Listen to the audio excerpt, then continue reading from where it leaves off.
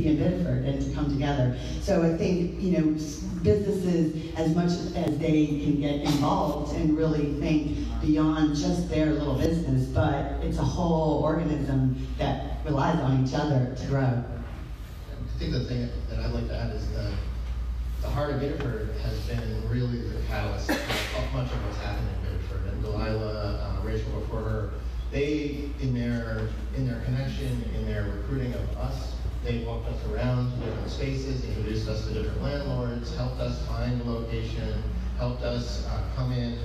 We can refer other businesses to them. They're always there to help. And then they were instrumental in us doing some of the things that we wanted to do in the community by supporting the charity activity, being a nonprofit, so that we could open a nonprofit but do nonprofit type work. And so the role of that organization in Biddeford cannot be understated. Yeah, and for Belfast, it's really a lot of the same things when it comes to community and community involvement. There's people that have logged thousands and thousands of hours to get Belfast where it is and put it on the map. Our biggest turning point probably was when MBNA came to town, and Mr. Colley brought his credit card processing company to Belfast, cleaned up our waterfront, developed the waterfront, made it aesthetically pleasing, and that just really started the ball rolling for us.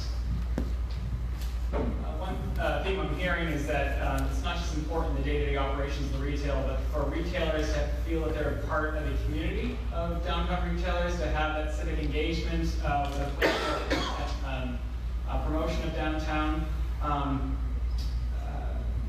Roxi, you spoke of this, and Julian, you as well, for a second. Colby, I was wondering if you might speak to that a little bit. I know you mentioned the organization, but how connected do you feel to the other retailers in downtown Belfast? We're all connected, and it's really pretty simple. You help your neighbors will help you.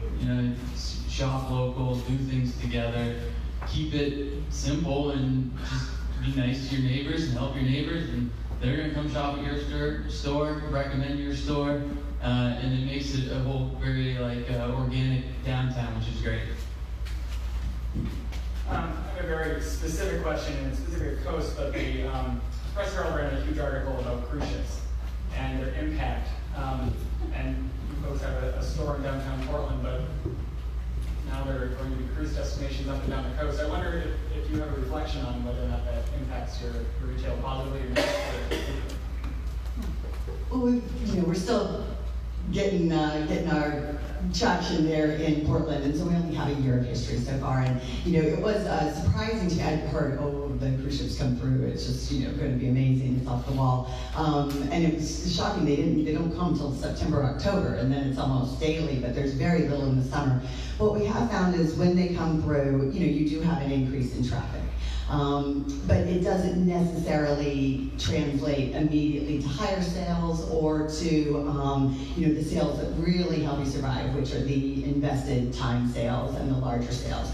Certainly they may come through and pick up some little trinkets, and occasionally you may get, so we saw definitely those were good months in the store. We were thrilled about it, but it wasn't, it wasn't like a 200 or 300% increase or anything. You could feel the traction, you can feel the activity, but the sales don't necessarily directly align with the increase in traffic.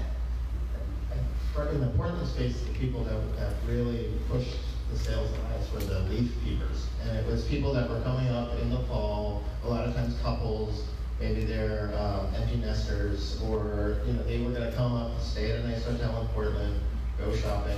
They're willing to spend money, and that's really this huge spike that we get in sales in the Portland store. Yeah, we have small cruise ships that come to Belfast. We have a story, so people come in when they're walking the streets. Don't necessarily drive sales because they have limited space to bring things home. That's why our leaf peepers that are in the car, sales are higher because they can just throw it in the car. They got plenty of room. Cruise ships, there's not a lot of extra room to bring all that stuff home with them. I wonder if the leaf peepers was a great observation. I wonder, are there other pockets or groups, target groups that come through that may not be apparent to the public that you see above in sales? Pre-Memorial Day, because the hotel prices are cheaper. Usually gas hasn't gone up, roads are less congested, so we do see a kickoff to our summer season pre-Memorial Day now, rather than after Memorial Day. I think we also see so around the same time for us, there's also a lot of people that are opening houses that have multiple houses, and this is more for the Biddeford market where you have Kennybunk Court and Kennybunk. Lots of people that come in, their families come together right as the summer is kicking off, and they do a lot of shopping together as a family activity. Well, yeah, we have lots of folks in the audience whose job is to cultivate retail, and I want to open up for questions now. There's another one of those Colby Horne right across the street from Sugar. One of the things we've noticed is that cruise ship traffic generates foot traffic, but not a lot in terms of sales. For the type of services we have, the expensive clothes. The other big weekend for us is Campus Week. And all the people from out of state who typically going to a very nice summer camps out of the state in Portland, and it is, our business is dependent to a great extent on people who are visiting Portland from out of state who are able to go into the shops and buy more expensive items. And so you have a similar experience. Yeah, definitely. The hotels in the area drive a lot of the actual sales that we get. And in Biddeford, that's a little bit different. In Biddeford, there's far less tourism, and so a lot of what we're finding for the customer base that originally went there is more the destination customer that's coming to Biddeford because they're either hearing about it or they're coming specifically to our brand. That's the exciting part for us, that we have people that travel, that do travel quite a distance just to come, to our core locations. Sir. Had a little bit of a setup. From a workforce development perspective, I hear a lot of complaints about the millennial workforce, lacking certain soft skills and keeping their own schedules. From an economic development perspective, I think millennials are great because they bring a sense of cooperation and community rather than competition, as we've always traditionally seen. I've always wondered, is this the same? Are these the same individuals that are embody both? Are we talking kind of high motivator people versus low motivated people within the same generation?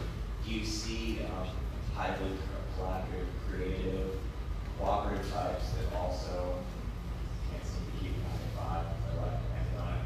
Or is that just sort of the, I don't want to say low skilled sector of the workforce, but are they?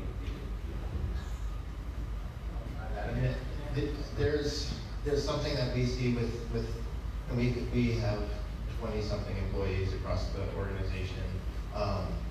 Some of the millennials that we hire and the young people that we hire just don't seem to be motivated. They just seem to be, happy and acceptant, and they're positive, and they have good energy, but they don't hustle. And there are always exceptions, though, and those people that are exceptional are the people that we look for when we hire. We want to hire people and that hustle and that feel like a sense of importance and a sense of urgency. And I feel like that's kind of the biggest frustration that we have when we look at millennials is, do they have that hustle? Do they have that sense of urgency? A lot of times, it seems to be lacking in a different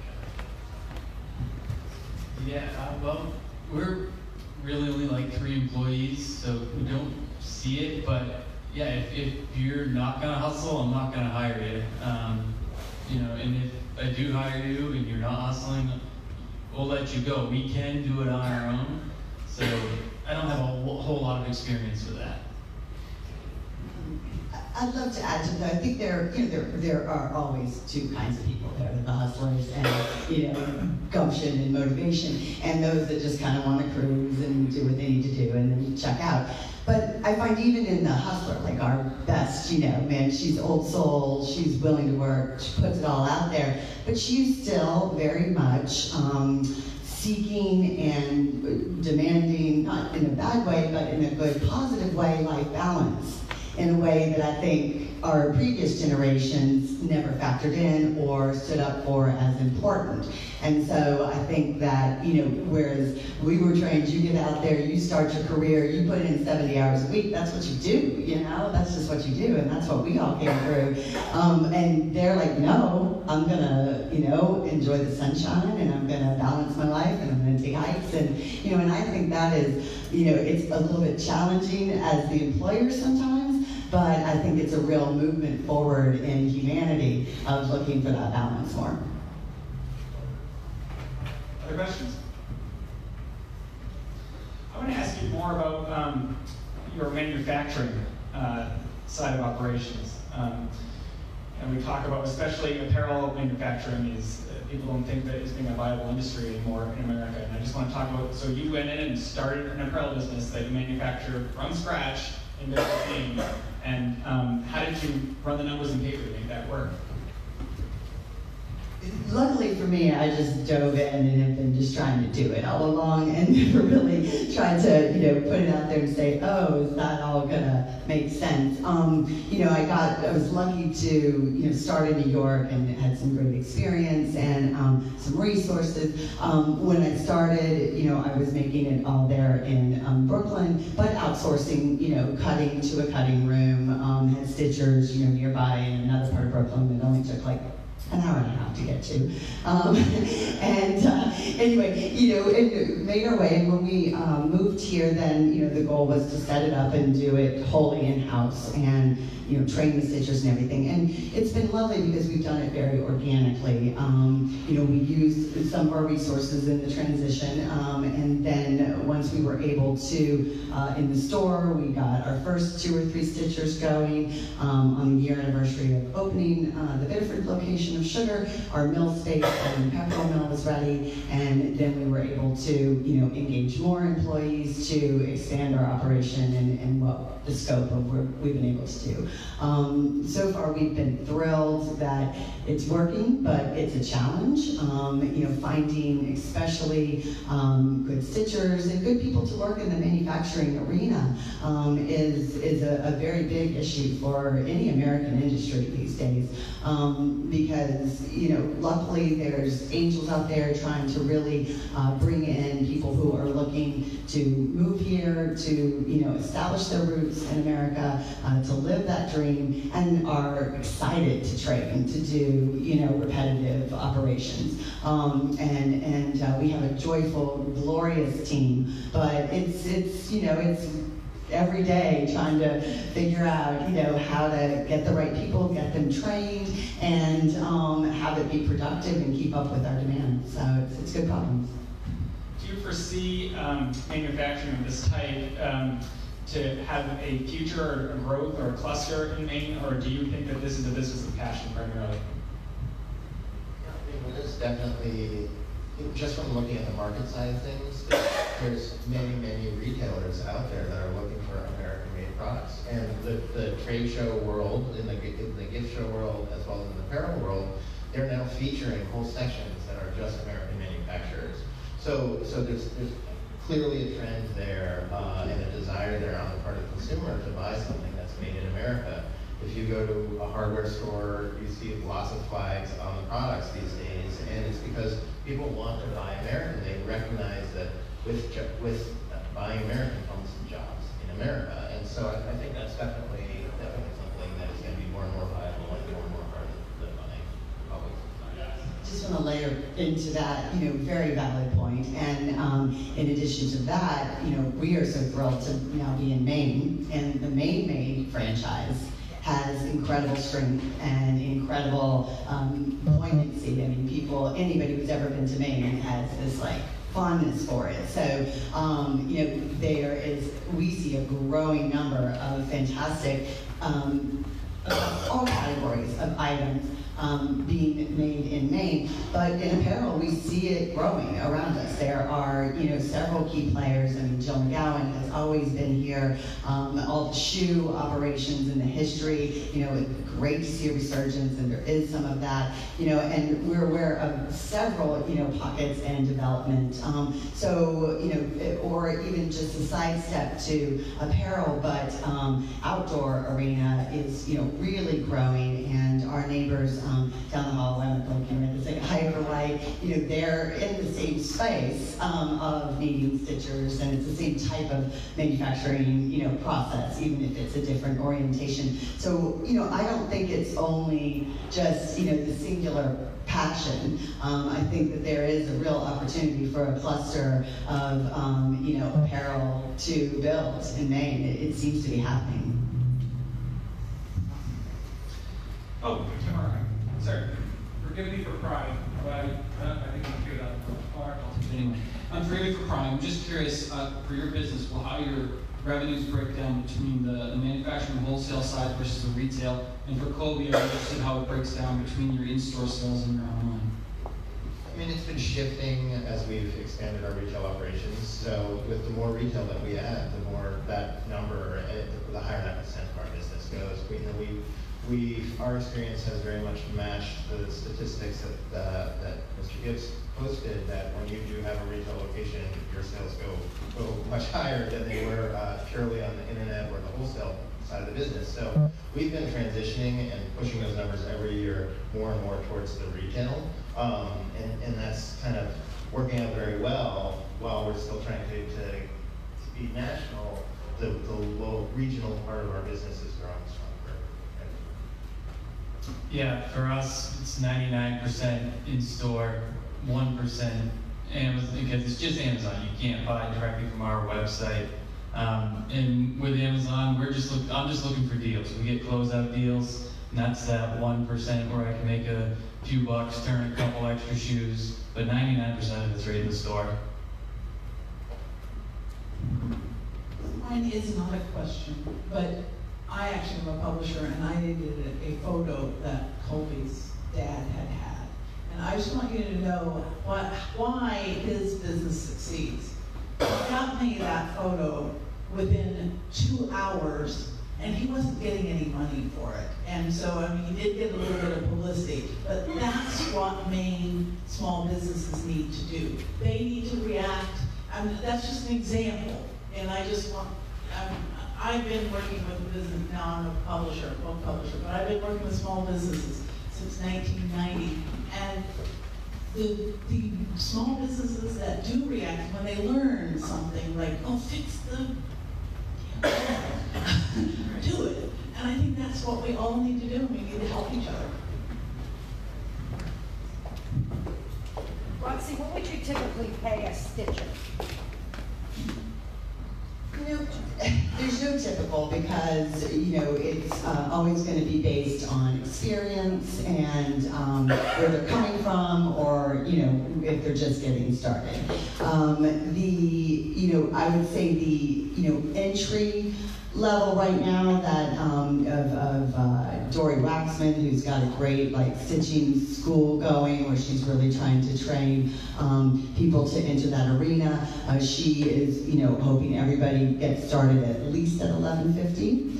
I would say then experienced stitchers are more in the 16 to potentially 18 range. And do the technical schools teach that? Or do you have a technical school down there? No, there's not, and they don't not too much, no. And then especially for our type of machine and our type of fabric, it often is outside of the normal kind of training that you would get at a Mecca or something like that. We actually seeded a bunch of our fabric into Mecca, think colors that we didn't use, just so that it could be there on site for people that were going through that program. Any other questions?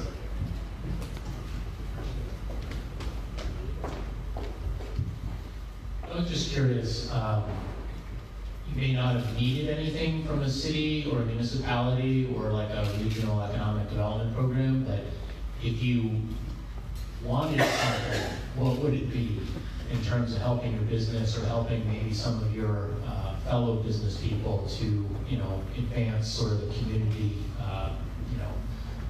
sort of sales effort? Well, I mean, a lot of the things that we saw in the previous presentation are absolutely critical. You know, as we looked at Biddeford, I read the downtown plan, I read the master plan, and I was a super small business, but that document shows that there was a path forward for the community, and that gave me a lot of confidence in relocating there. So having a planning process is definitely important. We didn't utilize them, but facade improvement grants are also a really great thing, I think, because it gives, you know, there's so many in startup costs, and to do a really nice outside, a lot of times you're going to run out of money once you've bought the inventory. So I think that's another critical component. The business consulting, I think, is something that maybe we haven't gotten a lot of, but the more that's out there, there's a lot of challenges in trying to figure things out and find your way through situations. You know, as we've grown, we've now started getting census requests from I just finished a census for the U.S. Department of Commerce, and that was really challenging for me to go through. And as a business person now, I know that because of these types of questions that I'm going to get asked, I have to change the way that I track certain things. So those kinds of steps as you grow, a lot of times there's nobody to ask questions to, and it's not necessarily easy to find answers to the challenges that you're presented with. That, I think, is something that, you know, economic development can be available. The idea of a visual merchandiser that would help some of the other businesses around us, that sounds really appealing to me, because, you know, we are good at it. I would think, you know, we're pretty good at it. But when I look at the other side of the street, and it's the bong shop, the tattoo parlor, the halfway house, you know, and I'm looking at that and I'm saying, oh, if this could change, it would really drive our numbers. And I think that for economic development to be, you know, working with the businesses that are out there to try to do something to improve the overall visual appeal of the streetscape, that is pretty critical to the success of retail in a downtown, I would say. Yeah, really the same thing. Any further questions?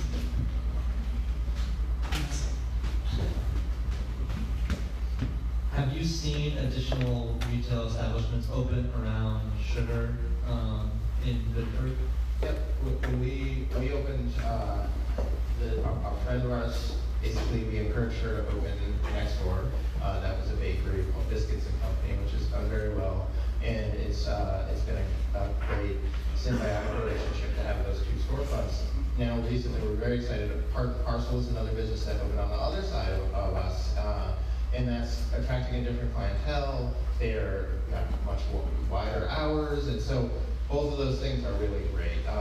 You know, for us, there's still this desire, though, for you to see more businesses that come up and down and across the street. You know, we really want to see things change. And sometimes you feel like you're the gentrifying force in that, but as a retailer, you really need to have a bunch of stuff around you, otherwise people, they don't stop. Perhaps one last question? All right, same time. Thank you folks very much for coming today.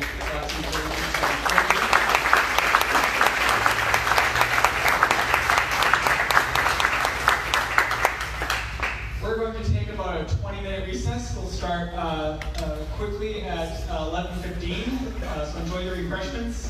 Thank you again for coming today, and we'll see you soon.